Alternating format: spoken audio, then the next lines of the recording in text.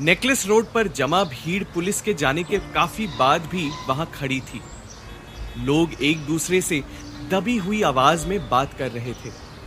तभी उस भीड़ में खड़ी एक बूढ़ी औरत ने कहा, लगता है हैदराबाद में कोई सुरक्षित नहीं है। पता नहीं कैसे कैसे लोग घूम रहे हैं। भगवान जाने कब कोई क्या कर दे। उस बूढ़ी औरत की बात सुन दूसरे आदमी ने कहा, सही कहा अम्मा, अब इतनी पुलिस आई है 2 गुंडों के लिए, कुछ तो बात होगी। शहर में बढ़ रहे अपराध और मुजरिमों को देख हैदराबाद की जनता परेशान हो उठी। लेकिन उन लोगों को इस बात की बिल्कुल भनक नहीं थी कि जिसके बारे में वो बात कर रहे थे वो कुछ ही देर पहले उनके बीच से निकलकर अभी पुराने शहर के गलियों से भाग रहा था। भागते हुए अनमोल के दिमाग में पुलिस से पकड़े जाने से ज्यादा डर उस आईने को लेकर था। रहस्यमय तरीके से उसके जेब में अपने आप आ जाता था।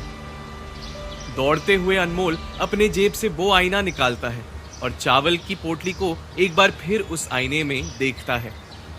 उस आईने में देखने पर उसे सिर्फ एक चावल का दाना दिखाई देता है, अद्भुत सा दिखने वाला एक सुनहरे रंग का चावल।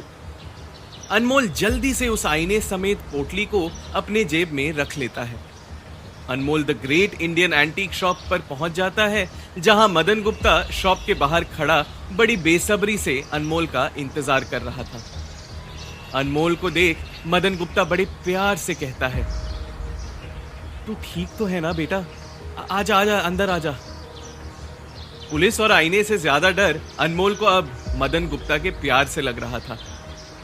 अनमोल जैसे ही शॉप के अंदर जाता है, वो अपनी कुर्सी पर बिरयानी की प्लेट देख हैरान हो जाता है। तभी मदन गुप्ता अनमोल से कहता है, सारा दिन भागदौड़ में ही लगा रहेगा या फिर कुछ खाएगा पिएगा भी? जैसे ही अनमोल अपनी कुर्सी पर बैठा, मदन गुप्ता अपने चश्मे के नीचे से देखते हुए अनमोल से कहता है, वो पोटली है बेटा तेरे पास जो मैंने तुझे दी थी?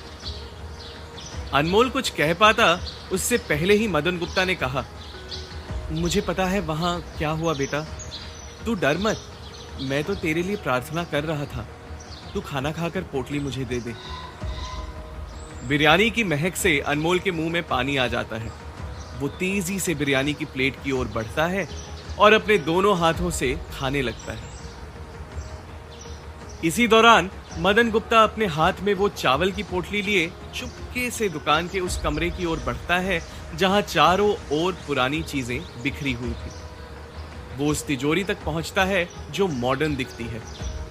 जैसे ही मदन गुप्ता अपना अंगूठा उस तिजोरी के सेंसर पर लगाता है, वो तिजोरी खुल जाती है।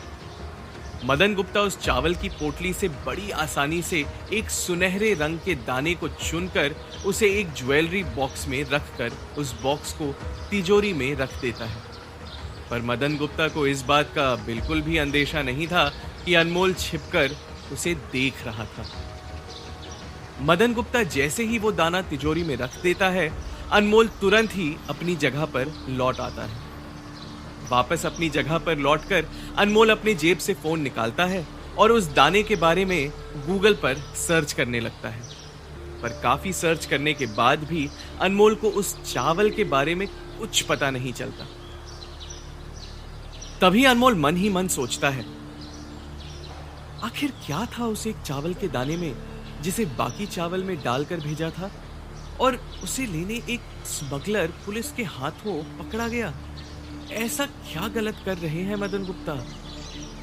अनमोल ये सब सोच ही रहा था कि उसे मदन गुप्ता की चिल्लाने की आवाज सुनाई दी, अभी तक खाना खत्म नहीं हुआ तेरा, कितनी देर और खाएगा? मदन गुप्ता का बदला हुआ स्वभाव देख अनमोल दंग रह जाता है। वो अनमोल को रोज की तरह डांटते हुए कहता है, मैं घर के लिए निकल रहा हूं, खाकर सब अच्छे से सब लॉक कर देना। अगर गलती से भी शटर खुला छोड़ा तो तेरी हड्डियां तोड़ दूंगा। इतना कहकर मदन गुप्ता वहां से चला जाता है। पर अनमोल को अपनी दुकान से बाहर जाने की इच्छा नहीं थी। वो अपने हाल ही में लिए छोटे से किराए के कमरे में जाना नहीं चाहता था, जहां ना तो बिजली है और ना पानी। उसे तो बस अपने पिता के इलाज के लिए 15 लाख रुपए कमाने थे। दुकान पर बैठकर अनमोल जैसे ही अपनी जेब से आईने को बाहर निकालता है, उसे उस शराबी की वो बात याद आती है जो उसने आईना देते हुए कही थी, इसे ले ले, इसमें सच्चाई दिखेगी। तभी अनमोल उस आईने में अपनी शक्ल देखता है जो उसे हूबहू उसका चेहरा दिखा रही थी। पर तभी पीछे से अनमोल को उस आईने में किसी अपने जान पहचान वाले की प्रतिबिंब नजर आती है। अनमोल मुड़कर अपने पीछे खड़ी जोया को मुस्कुराते हुए देखता है। तभी अनमोल की नजर उस आईने पर जाती है जहां जोया की आंखों से लगातार आंसू बह रहे थे। पर आईने के बाहर असलियत में जोया के चेहरे पर मुस्कान लिए उसी दबंग अंदाज में अनमोल को दिखाई देती है। अनमोल चौंक कर फिर से आईने में देखता है जहां जोया रो रही थी। जोया अनमोल से कहती है, क्या बार बार आईने की ओर देख रहा है? ये बता, अंकल कैसे हैं? अनमोल जोया से कहता है, वो ठीक हैं। डॉक्टर ने कहा है कि उनका ऑपरेशन करना पड़ेगा। पर पहले ये बता, तू यहां क्या कर रही है? जोया अनमोल से कहती है, अम्मी ने भेजा है तेरी दुकान लूटने के लिए, उसी के लिए आई हूं। वो पुराने गहने हैं ना, वो लेने आई हूं, क्योंकि कल मेरी जिंदगी का सबसे बड़ा इम्तिहान है। जोया की बात सुन अनमोल चौंक कर उससे पूछता है, ऐसा कौन सा इम्तिहान है तेरा जिसमें गहने पहनने की जरूरत होती है? जोया ने अनमोल से कहा, अरे बाबा, ये वो इम्तिहान है जो हिंदुस्तान की हर लड़की को देना पड़ता है। कहा था ना तुझसे कल, अल्ताफ आ रहा है मुझे देखने, वो हैदराबाद के निजाम की फैमिली वाला। तेरे को पता है पूरे कनाडा में बिजनेस फैला हुआ है उनका। बस एक बार मैं उसे पसंद आ गई तो फिर तेरी दोस्त गई हमेशा के लिए कनाडा। अनमोल उसे कहता है, तो तू हमेशा के लिए हैदराबाद छोड़कर चली जाएगी? और वो नल्ली निहारी, मटन बिरयानी, इन सब का क्या? अनमोल की बात सुन जोया के चेहरे पर एक पल के लिए मायूसी सी छा गई, मानो वो अगले पल रो पड़ेगी। तभी अनमोल को जोया का रोता हुआ चेहरा याद आता है जो उसने कुछ ही देर पहले आईने में देखा था। अगले ही पल जोया अपने दुख को बाजू में रख बड़े जोश में कहती, अरे एक बार वहां जाएंगे ना तो वहां भी सब कुछ मिलेगा, उधर डॉलर में खरीद के खाएंगे। तू जल्दी गहने दिखा ना। अनमोल जोया को दुकान के अंदर वाले कमरे में ले जाता है और एक संदूक दिखाते हुए कहता है, सारे गहने इस संदूक में लॉक रहते हैं। मदन गुप्ता इसमें लॉक लगाकर रखता है, पर वो भूल गया कि 1 साल पहले उसी ने मुझे इसकी डुप्लीकेट चाबी दी थी। इतना कहकर अनमोल वो संदूक खोलने लगता है। तभी जोया उसे ताना मारते हुए कहती है, अच्छा तू स्मार्ट है, तो इसका मतलब ग्रेट इंडियन एंटीक शॉप का पूरा माल तेरे हाथ में होगा। मैं तो कहती हूं सारा माल बेच देते हैं तेरे मदन गुप्ता का। तभी अनमोल संजीदा होते हुए जोया से कहता है, नहीं जोया, मैं चोरी नहीं करता। भरोसा एक बड़ी चीज होती है जिसे बड़ी जिम्मेदारी से निभाया जाता है। और मेरे पापा कहते थे, जो असली एंटीक वाला होता है ना, वो कभी चोरी करके बड़ा नहीं बन सकता। और मुझे तो इंडिया का सबसे बड़ा एंटीक डीलर बनना है ना। अनमोल की ये बात सुन जोया उसकी ओर ताज्जुब भरी नजरों से देखती है, मानो अनमोल की ये ईमानदारी उसके दिल को छू गई थी। जोया अनमोल से कहती है, तू स्मार्ट भी है, ईमानदार भी, बस कामयाब हो जाता यार। जोया की बात सुन अनमोल चौंक कर उससे पूछता है, कामयाब होता तो क्या होता? जोया मजाक के लहजे में अनमोल से कहती है, तू कामयाब होता तो तेरे साथ ही भाग जाती कनाडा, स्टूपिड। चल अब गहने दिखा। जोया के ये कहते ही दोनों हंस पड़ते हैं, पर वो कहते हैं ना, दिल के जज्बात होठों पर यूं ही नहीं आते, इसलिए लोग हंसी ठिठोली में सब कुछ कह जाते हैं। क्या इस हंसी मजाक के बीच कहीं कोई एक सच्चाई दबी हुई है? एक एक कर जोया उस संदूक से गहने लेकर पहनने लगती है। तभी जोया के हाथ एक मांग टीका लगता है और वो उसे पहनने जाती है। पर तभी अनमोल उसे रोकते हुए कहता है, रुक रुक, ये बड़ा पुराने जमाने का गहना है, इसे बड़े नजाकत से पहनना होगा। वरना टूट भी सकता है। अनमोल जोया के हाथ से वो मांग टीका लेता है और उसे पहनाने लगता है। वो मांग टीका पहनकर जोया की खूबसूरती पर 4 चांद लग चुके थे। पास ही रखे आईने में अनमोल जब उसकी खूबसूरती देखता है तो वो जोया की खूबसूरती में कहीं खो सा जाता है। तभी अनमोल जोया से धीमी आवाज में कहता है, बड़ी खूबसूरत लग रही है तू जोया। इस पर गोल्डन कलर का शरारा पहनना बहुत सूट करेगा तुझ पर। और तभी अनमोल को अचानक से कुछ याद आता है। वो जोया से पूछता है, गोल्डन से याद आया, तूने गोल्डन चावल के बारे में कभी सुना है क्या? जोया सोचते हुए कहती है, हाँ सुना तो है। मेरे दादाजी कहा करते थे मुगलिया दौर में जोधाबाई ने एक सुनहरे चावल के ऊपर अकबर का नाम लिखा था। उसे अकबरी चावल भी कहते हैं। कहा जाता है वो बड़ा नायाब चावल है। कहीं तू उस चावल की बात तो नहीं कर रहा? जोया की ये बात सुन अनमोल सुन्न रह जाता है। जोया उसे कहती है, ओए सुन, कहां खो गया तू? ये सब गहने लेकर मैं जा रही हूं। कल वो लोग मुझे 11 बजे देखने आ रहे हैं। ये सब 2 बजे तक लौटा दूंगी, तब तक मैनेज कर लेना। इतना कहकर जोया वहां से चली जाती है।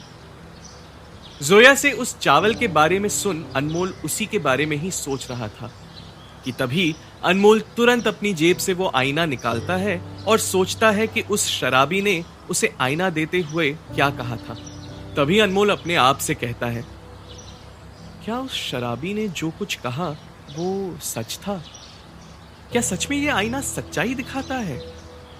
उस पूरे चावल की पोटली में सिर्फ एक नायाब चावल का दाना छुपाकर मदन गुप्ता ने मुझे भेजा था और इस आईने ने वही चीज बताई जो नायाब थी। तो क्या ये आईना वो हर चीज दिखाएगा जो नायाब है? ये सोचते हुए अनमोल के शरीर में एक सनसनाहट सी दौड़ पड़ती है। अनमोल कांपते हुए हाथों से आईना उठाता है और धीरे धीरे the great Indian antique shop में चलने लगता है। अपने शॉप में चलते हुए अनमोल सारे एंटीक के प्रतिबिंब अपने आईने में दिखा रहा था। अनमोल एक नायाब मूर्ति के पास जाता है जिसका प्रतिबिंब उस आईने में बड़ी तेजी से चमकते हुए दिखाई देता है। तो दूसरी ओर अनमोल एक और आम मूर्ति को अपने आईने में देखता है जिसका प्रतिबिंब उस आईने में दिखाई ही नहीं पड़ता। इस दृश्यों को देख अनमोल ताज्जुब होते हुए अपने आप से कहता है, ये महंगी और पुरानी चीजें ही इसमें क्यों चमक रही हैं? तभी अनमोल को समझ आता है और वो अपने आप से कहता है, ओ तो ये है इस आईने की सच्चाई। ये सिर्फ सच्चाई दिखाता है। और तब अनमोल को समझ आता है कि उस शराबी के सिर्फ 800 रुपए की मदद कर उसने कितनी बड़ी चीज हासिल कर ली थी। अपने हाथ में थामे अनमोल उस रहस्यमय आईने को देख रहा था जिसके सहारे अनमोल कचड़े के ढेर से सोना निकाल सकता है। तभी अनमोल को चांद बीबी और उनकी जली हुई हवेली की याद आती है। अगले दिन चांद बीबी और अब्दुल्ला अपनी आधी जली हुई हवेली के बाहर एक छोटे से कमरे में बैठे लड़ रहे थे। चांद बीबी अब्दुल्ला से कहती है, अगर कबाड़ खाना जमा करने की तुमको इतनी आदत ना होती तो आज ये हवेली बरकतों से चमक रही होती। चांद बीबी की बात सुन अब्दुल्ला भी ताव में कहता है, तुम्हें क्या लगता है ये सब मेरी वजह से हुआ है? ये तो तुम्हारे उस खाला के फूफी के चचेरे मौसी के भाई के इकलौते बेटे की वजह से हुआ है। मनहूस मारे ने सो सो कर दलिंदरी लगाई है हवेली को। चांद बीबी अब्दुल्ला की बात काटते हुए कहती है, अजी चुप बैठो, कुछ भी नक्को बोलो। जब से देख रही होले बताइज करते जा रहे। तभी उन दोनों की लड़ाई के दौरान अनमोल वहां आता है। मियां बीवी दोनों चौंक कर अनमोल की ओर देखते हैं। अनमोल हंसते हुए उनसे कहता है, कैसे हो फूफी और कैसे हो चाचा? मैं तो बस आपकी ये शानदार हवेली के बाहर से गुजर रहा था, सोचा आप लोगों की खैरियत लेता चलूं। और वो आपके शाही ईरानी चीजें बची हुई हैं या फिर वो भी जल गई? हवेली और ईरानी चीजों की बात सुनकर मियाँ बीवी को काफी तकलीफ होती है। वो फिर से झगड़ना शुरू कर देते हैं। चांद बीवी अनमोल से दुख भरी आवाज में कहती है, कहाँ की हवेली, कहाँ की ईरानी चीजें बेटा, सब तो खाक हो गया। इसलिए बड़े बुजुर्ग कह गए, बेकार का कबाड़ घर पर नहीं रखना चाहिए। चांद बीबी की बात सुन अब्दुल्ला तमतमाते हुए कहता है, और बड़े बुजुर्ग ये भी कह गए कि घर पे ज्यादा नहीं सोना, वरना घर को दलिंदरी लग जाती। तुम्हारे खाला के फूफी के चचेरे मौसी के भाई का इकलौता बेटा क्या करते रहता था हवेली पे। मियाँ बीवी के झगड़े के दौरान अनमोल अपने जेब से वो जादुई आईना निकालता है और तुरंत ही अनमोल हवेली के अंदर घुसकर उसमें सारी चीजों को देख रहा था, पर अनमोल को सिवाय जली हुई चीजों के कुछ दिखाई नहीं देता। सारी हवेली जल चुकी थी। जो कुछ बचा कुचा सामान था वो हवेली के बाहर वाले छोटे से रूम में रखा हुआ होता था। तभी अनमोल बाहर उस रूम में आता है जहां मियाँ बीवी लड़ रहे थे। अब्दुल्ला अपनी बीवी से नाराज होते हुए कहता है, पूरा घर बर्बाद हो गया, अब क्या करें। अब्दुल्ला की बात सुन चांद बीबी नाराजगी से कहती है, अगर तुम ऐसा बोल रहे तो मैं क्या बोलूं, और इतने दिन से क्या क्या हो रहा। मैं अपना दिल मार कर बैठी हूं, ना बिरयानी नसीब हो रही और ना मिर्ची का सालन। मियाँ बीवी के बहस के दौरान अनमोल एक नायाब चीज की तलाश में उस रूम का मुआयना करने लगा। तभी उस रूम के एक कोने से अनमोल को अपने आईने में एक चमक दिखाई दी। ठीक उसी वक्त जोया अपने घर पर बैठी हुई थी और उसके सामने बैठी हुई थी एक अधेड़ उम्र की 50 वर्षीय औरत, जो जोया से कहती है, बहुत पोटिया देखें, कहते हैं कि बिरयानी बना देंगे, निहारी बना देंगे, लेकिन बच्चियों को असल में तो मिर्ची का सालन तक बुनना नहीं आता। देखो जोया, कनाडा में भी जाकर खुद का खाना खुद को ही पकाना पड़ता है। बिरयानी से लेकर मिर्ची का सालन तक खुद को ही पकाना पड़ता है। ऐसे ही नहीं मैं अपने भांजे को किसी से बांध देती। सामने बैठी जोया की अम्मी हबीबा और अब्बू अकबर अली एक दूसरे की ओर देखते हैं। जोया की अम्मी जोया का हाथ पकड़कर कहती है, मेरी बेटी बचपन से बड़े मजेदार खाना बनाती है। एक बिरयानी का चावल तो टूटता ही नहीं, और मिर्ची का सालन तो इतना बेहतरीन कि पूरे मोहल्ले में उसकी खुशबू फैल जाती है। तभी जोया की नजर उस मोटे लड़के निजाम पर जाती है जो उसे देखने आया था। वो लड़का घर के अंदर सफेद सूट पहने चश्मा लगाए बैठा था। उस काले चश्मे के अंदर से निजाम जोया को घूर रहा था। तभी उस लड़के की फूफी ने जोया का हाथ तुरंत पकड़ लिया और कहने लगी, पर इस हाथ से तो मसाले की कोई खुशबू नहीं आ रही, फिर कैसे बना लेती हो मिर्ची का सालन। देख देख कर निजाम भी जोया की हथेली पकड़ने की कोशिश करता है, पर ऐन मौके पर जोया अपना हाथ तुरंत खींच लेती है। जोया अपने अम्मी अब्बू को मदद भरी नजरों से देखती है, पर वो दोनों खामोश बैठी थी। जोया का बस चलता तो उसके हाथ में लगने वाली पहली चीज से वो निजाम का सर फोड़ दे, पर चाहे वो बाहर से कितनी भी दबंगाई क्यों ना दिखे, थी तो वो एक लड़की ही और अपने माँ बाप के लिए एक बोझ। तभी एक कांच की बोतल उनके खिड़की से होते हुए मेज पर आ गिरी। मेज पर लगने पर वो कांच की बोतल टूटकर चकनाचूर हो गई। अकबर अली तुरंत ही खिड़की की ओर भागता हुआ खिड़की पर पहुंचकर एक लड़के को भागते हुए देखा। तभी निजाम की फूफी उस टूटे हुए कांच के बोतल की ओर देखती है जिसमें एक चिट्ठी थी। वो उस चिट्ठी को देख कहती है, ये क्या है? तभी निजाम उस चिट्ठी को उठाता है और खोलकर पढ़ने लगता है। ओ मेरी जोया, जब से तुम्हें देखा तुम्हारे अलावा कसम से किसी और के बारे में नहीं सोचा। तुम्हारे बिना ना तो पैराडाइज की बिरयानी अच्छी लगती है और ना मिर्ची का सालन। डबल का मीठा भी तुम्हारे बिना खट्टा लगने लगता है। ना जाने तुम्हारे पीछे कितने चक्कर काटे, इतना महंगा पेट्रोल फूंक डाला, जब तुम आरजी केडिया कॉलेज में 22 मार्च को पीला सूट पहनकर मेरे बाइक पर बैठी थी। माँ कसम, तुम उसमें सनफ्लावर लग रही थी। मन कर रहा था भंवरा बनकर तुम्हारे ऊपर आ जाऊं। और जब 24 मार्च को तुम फेमस आइसक्रीम के बाहर तुमने मुझे पहली बार प्यार से छुआ, तब मुझे लगा कि मैं अपनी जिंदगी में बहुत फेमस हो गया। और 26 तारीख को जब हम चार मीनार गए और तुमने मुझसे वो 3 शब्द कहे, वो 3 शब्द मैं आज भी नहीं भूल सकता। लेकिन जब मुझे पता चला कि तुम मुझे छोड़कर किसी और की होने जा रही हो, ये मुझसे बर्दाश्त नहीं हुआ।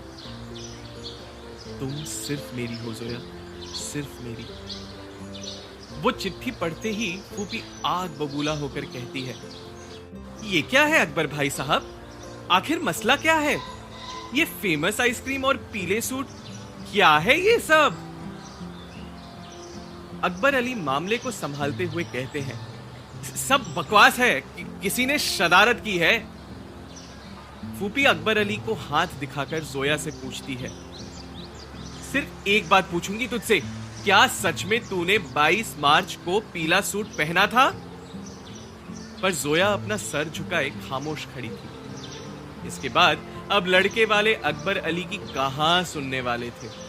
वो नाराज होकर वहां से चले गए और जोया अपने कमरे में। तभी अकबर अली गुस्से से चिल्लाने लगा, जुर्रत किसकी हुई ये हरकत करने की? बस वो इंसान मुझे मिल जाए जिसने ये शरारत की है, मैं उसे छोड़ेगा नहीं।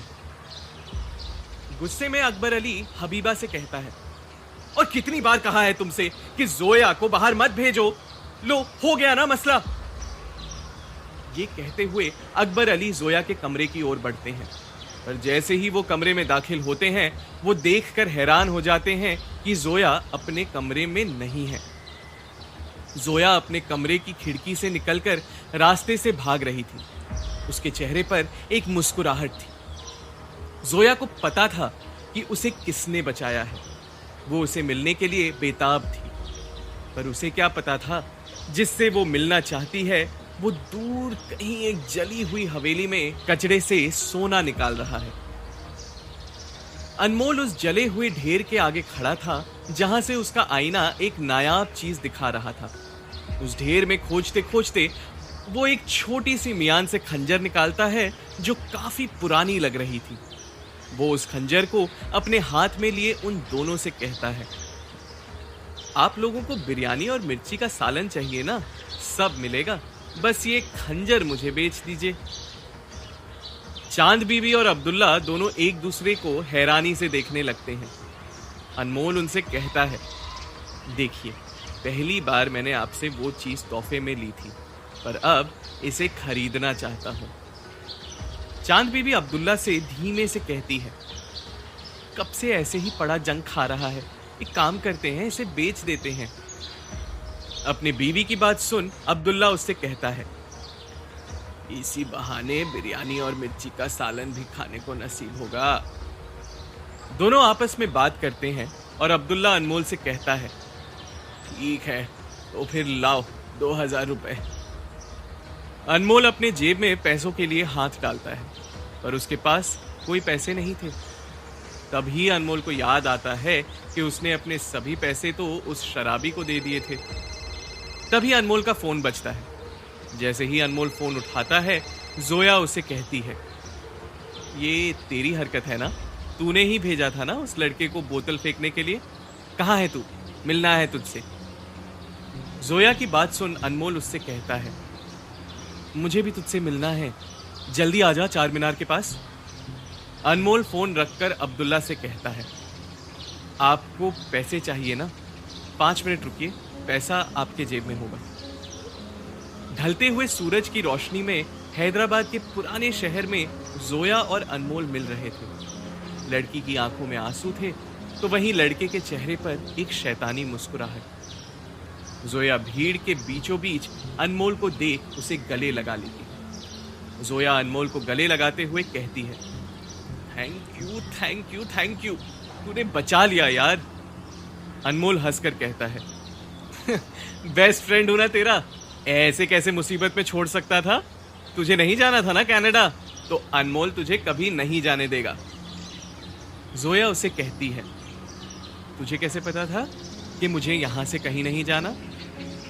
अनमोल जोया से कहता है, दोस्त हूं ना, सब समझ जाता हूं, पर पहले एक काम कर, 2000 रुपए निकाल।